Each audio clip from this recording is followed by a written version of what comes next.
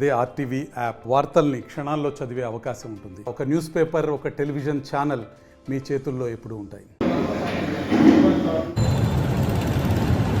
ప్రచారంలో దూసుకొని పోతోంది. ఎక్కడ వెళ్ళినా కూడా ప్రజల దగ్గర నుంచి మంచి ఆదరణ లభిస్తుంది.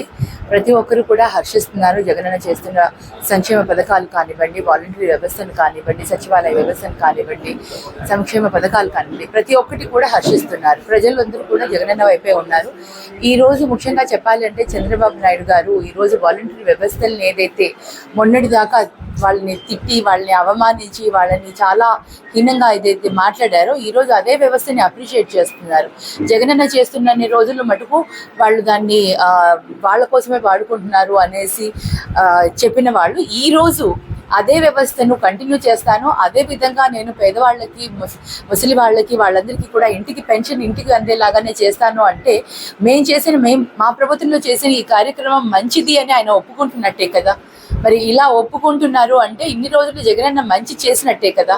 అలా చెప్పుకుంటూ వెళ్తే జగనన్న చేసిన ప్రతి సంక్షేమ పథకాన్ని ఇవాళ నేను కూడా ఇస్తాను అని ముందుకు వస్తున్నాడు అంటే ఇన్ని రోజులు అన్న ఇచ్చిన పథకాలను, సంక్షేమ పథకాలన్నీ కూడా వీళ్ళు రాష్ట్రాన్ని శ్రీలంక చేస్తారు, రాష్ట్రాన్ని అధోగతి పాలు చేస్తారు, ఆర్థికంగా ఎన్నో అప్పులు చేస్తున్నారు అని విమర్శించిన వాళ్ళు ఈరోజు మేము అంతకు 3 వింతలు ఇస్తాము అంటే వాళ్ళు ఓన్లీ ఎలక్షన్స్ కోసం ప్రజలను మభ్యపట్టేందుకే మాట్లాడుతున్న మాటలు తప్ప వాళ్ళు నిజంగా చేసేవి కాదు. ఏది కూడా వాళ్ళు జెన్యూన్గా ఏదైనా ప్రజలకి మంచి చేయాలి అనుకుంటే మొదటి ఇచ్చిన 5 సంవత్సరాల్లోనే చేసేవాళ్ళు.